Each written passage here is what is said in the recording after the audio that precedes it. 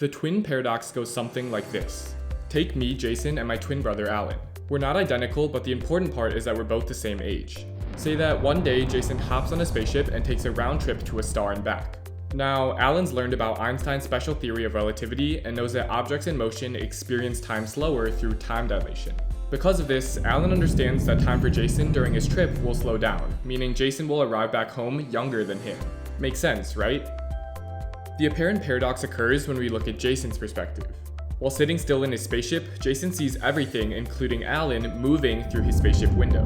Because of this, Jason concludes that because Alan's moving relative to him, Alan will be the one younger when he arrives back home.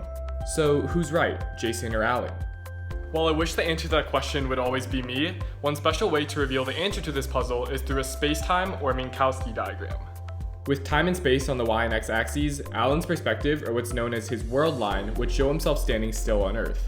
Watching Jason travel to a star, say 4 light years away at a speed of, say, 80% the speed of light and come back home, Alan could use the time dilation equation to predict that his 10 years spent waiting would only be 6 years to Jason.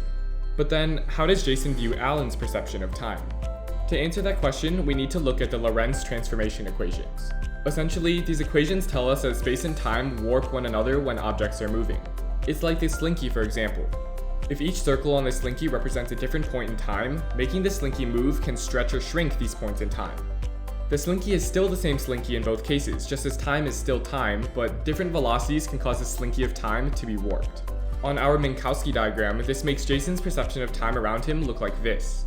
Combining what Jason sees Alan experiencing on both legs of his trip, it adds up to only 3.6 years.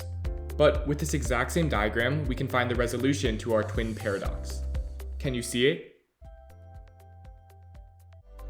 The paradox falls apart at this one moment in time.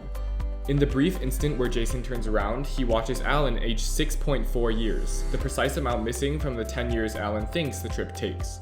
In fact, Jason's original claims were incorrect due to Einstein's first postulate of special relativity, that the laws of physics act identically in all inertial reference frames, or point of views traveling at constant velocities. Because Jason turns around at the halfway mark, changing his velocity, laws like time dilation no longer hold true from his perspective. This means that Jason will actually arrive back on Earth younger than Alan, and this quote-unquote paradox was nothing more than Jason overlooking a fundamental law of our universe. So the next time you try to argue with someone, try to see it from their point of view first. And please, stay in an inertial frame of reference when doing it. Thanks for watching.